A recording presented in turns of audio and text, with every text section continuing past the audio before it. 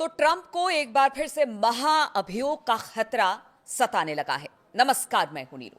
तो अमेरिकी राष्ट्रपति डोनाल्ड ट्रंप ने 2026 मिड टर्म चुनाव से पहले अपनी कुर्सी पर मंडरा रहे खतरे को लेकर खुलकर बातचीत की है।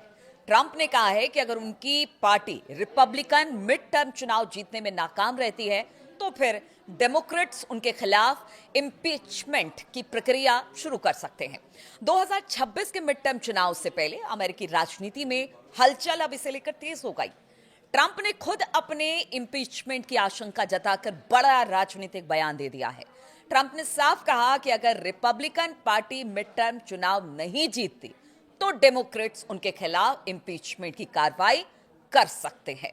हालांकि अगर रिपब्लिकन पार्टी नवंबर में होने वाले मिड टर्म चुनाव हार भी जाती है तो ट्रंप के राष्ट्रपति पद से तत्काल विदाई नहीं होगी, लेकिन कांग्रेस पर रिपब्लिकन की पकड़ कमजोर जरूर पड़ जाएगी। तो ट्रंप के बड़े और व्यापक सुधार एजेंडे को आगे बढ़ाने के लिए बेहद अहम है कि ऐसी स्थिति में डेमोक्रेट्स कांग्रेस में बढ़त मिल जाएगी। डेमोक्रेट्स के नियंत्रण वाली कांग्रेस ट्रंप के खिलाफ इम्पीचमेंट की प्रक्रिया शुरू कर सकती है, क्योंकि तब उनके पास इस समय की कार्रवाई शुरू करने का अधिकार होगा।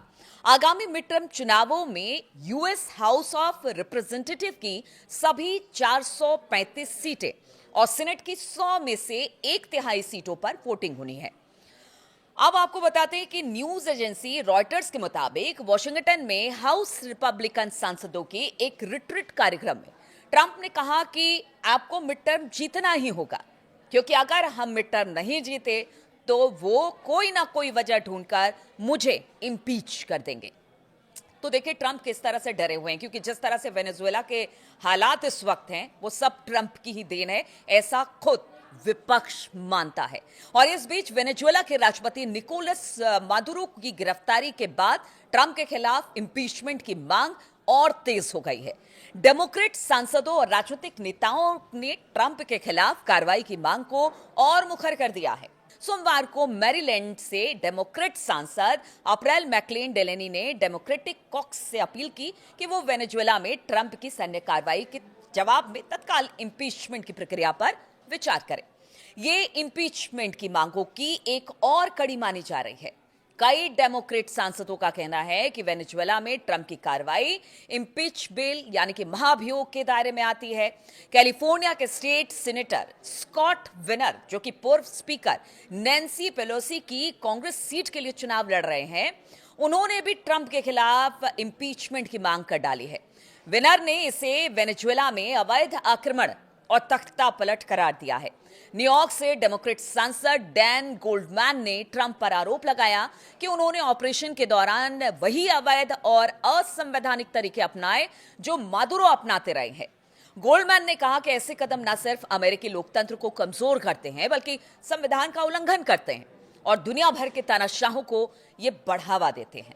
यानी एक तरह से ट्रंप को भी तानाशाह करार दे दिया गया। कैलिफोर्निया से डेमोक्रेट नेताओं और कांग्रेसनल कैरेबियन कॉकस की सह अध्यक्ष मैक्सीन वॉटर्स ने भी ट्रंप पर गंभीर आरोप लगाए। उन्होंने कहा कि ट्रंप को किसी संप्रभु देश पर सैन्य हमला करने के लिए कांग्रेस को दरकिनार करने का कोई अधिकार नहीं है, खास तौर पर तब जब वो खुले तौर पर यह स्वीकार कर रहे हैं कि वेनेजुएला के तेल पर नियंत्रण उनकी मंशा का हिस्सा नहीं है। तो आप समझिए आप कि किस तरह से अब विपक्षी उनके खिलाफ महाभियोग लाने की तैयारी कर रहा है।